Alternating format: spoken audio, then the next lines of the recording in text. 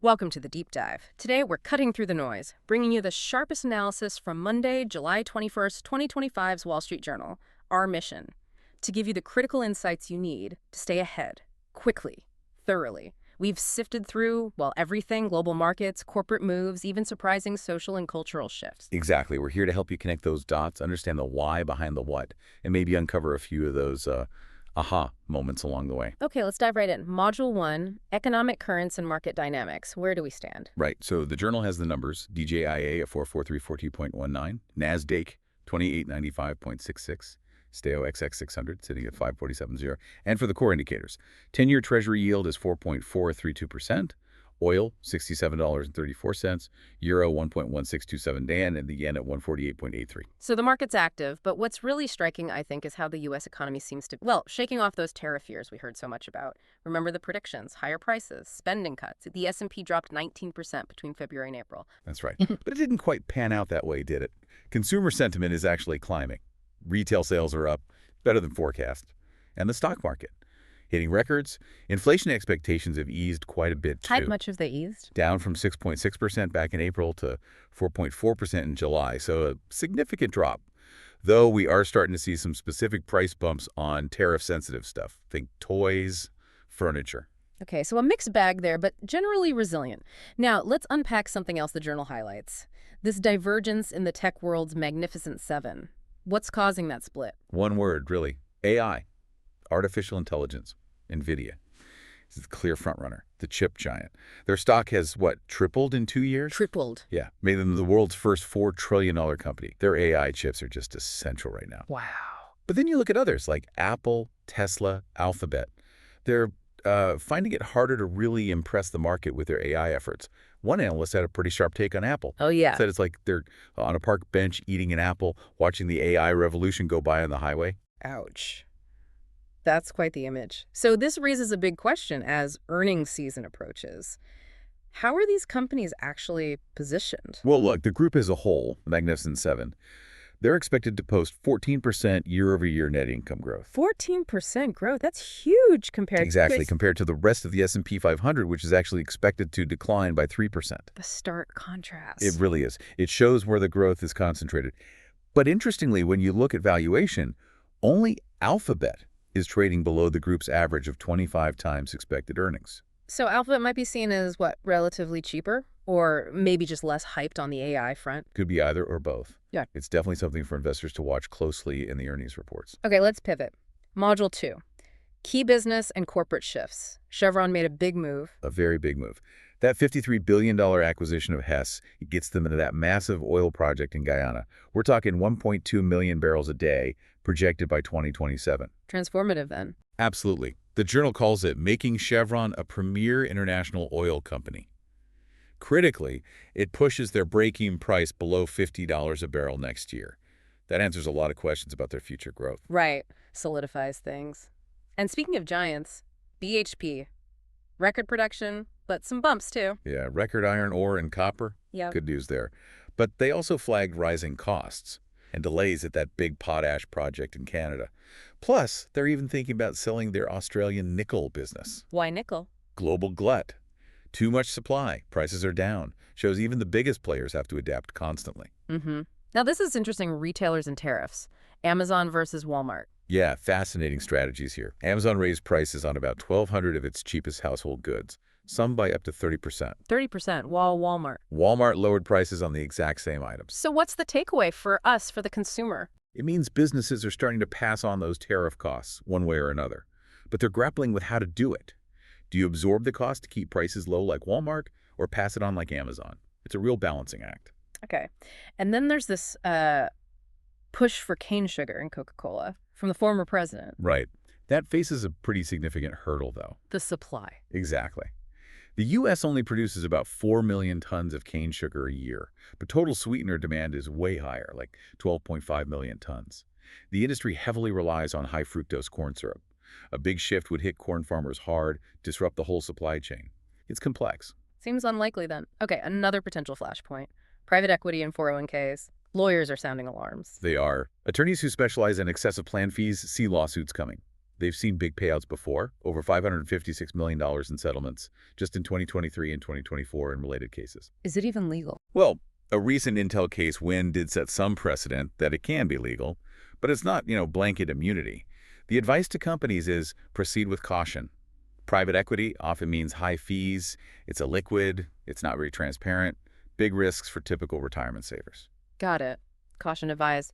And quickly on corporate accountability, the astronomer CEO resignation. Yes, after that viral kiss cam incident, it really highlights the increased scrutiny on leaders' behavior now. The journal notes distrust in business leaders is up 21% since 2021. Wow. Companies feel the pressure. Rules need to apply to everyone, especially at the top. Okay, let's shift focus. Module 3. Global affairs and social trends, starting with Japan's election. A significant setback for the ruling coalition. They fell 3 seats short of keeping their upper house majority. It's a blow for Prime Minister Ishiba. His tough stance on U.S. trade seems to have been a risky gamble that didn't pay off. But what were Japanese voters actually focused on? Was it the U.S. trade issue? Not primarily, no. Polling showed voters were much more concerned about inflation at home. It's been 3% or higher for 6 months. Rice prices nearly doubled. That hits hard. Right. And immigration, too. And immigration, yes. Those were the top issues, much more than U.S. tariffs. But the outcome could still derail those delicate U.S. trade talks right before tariffs might hit. Domestic politics impacting global strategy. And speaking of trade friction, Europe's also bracing for issues with the U.S. Yes, that earlier optimism about getting a deal done seems to have evaporated. The EU is prepping countermeasures. They call it their anti-coercion instrument. Which Potentially levies on U.S. digital services, maybe limiting U.S. companies' access to public contracts. This is despite, $5 billion in goods and services flowing between the EU and U.S. every single day. It signals a hardening stance. Okay, now for something quite worrying. These sophisticated scams and banks getting blamed. Yes, the pig butchering scams. Awful stuff. Scammers build trust, sometimes for months, then convince victims to transfer huge sums, often into crypto. Billions are being lost. The journal detailed one couple, the Hertz, who lost over $5 million. $5 million, and they blame the bank. The wife did, yes. Said the bank should have seen obvious red flags and stopped the transfers. But the banks argue, look, the customer authorized the transfer. It wasn't technically unauthorized fraud. Ah, a legal loophole. Precisely. If you authorize it, even under deception, the traditional definition of fraud doesn't always apply. Yeah. It leaves victims in a terrible spot. That's deeply concerning. Okay, another trend. Wealthy expats leaving the UK. That's right. It follows the UK abolishing that non-dom tax status back in April. The one that let foreigners pay UK tax only on UK earnings. Exactly. Yeah. It made London very attractive. Now that it's gone, high-profile people like Bassine Haidar, Nassif Sawiris, they're leaving. So the question is, will the UK actually gain the $45 billion in tax revenue they predicted, or just drive away investment in jobs?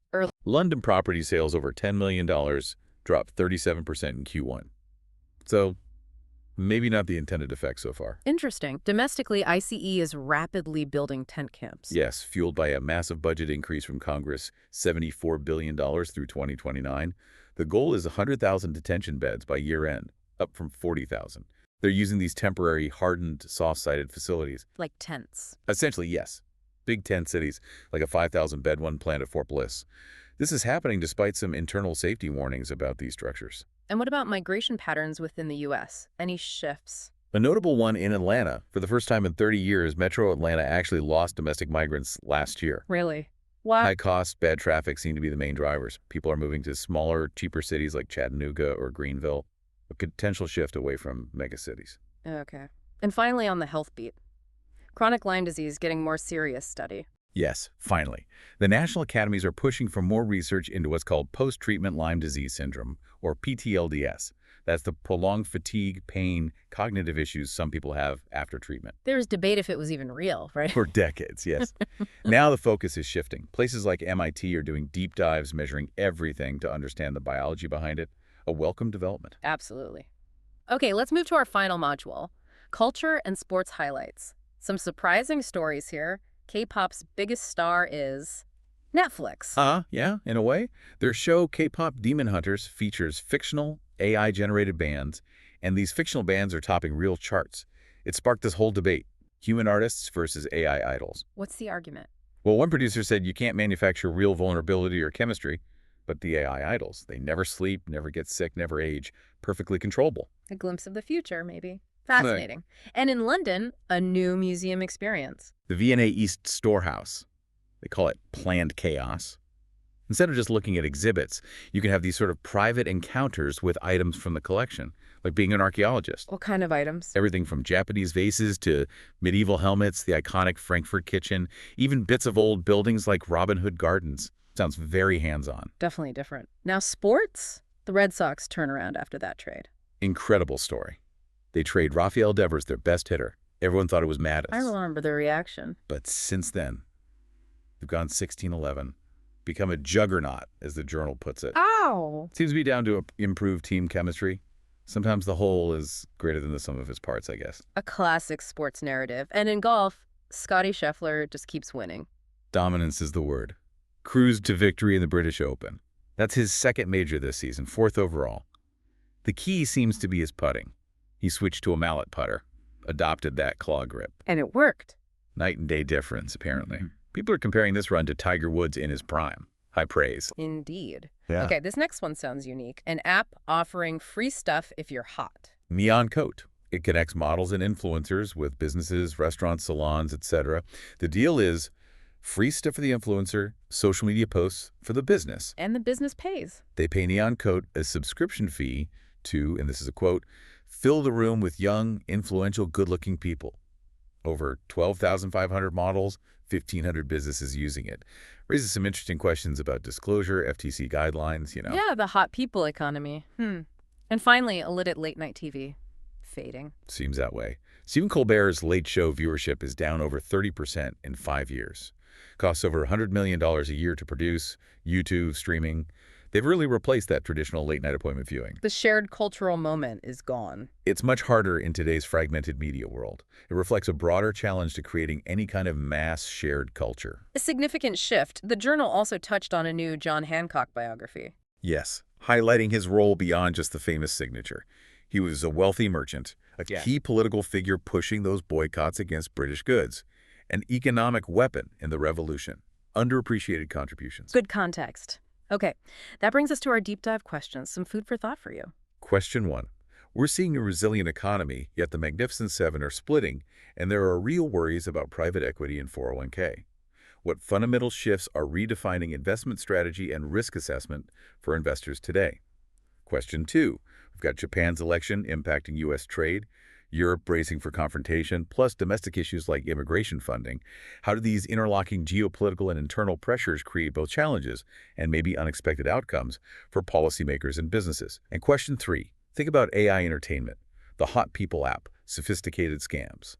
How are we all, individuals, institutions, grappling with new kinds of influence, eroding trust, and just figuring out what's real in this digital age? 3 big questions to consider. Thank you for joining us on this deep dive. We hope this exploration of today's Wall Street Journal gave you valuable insights and maybe sparked some new questions of your own. Until next time, keep digging deeper.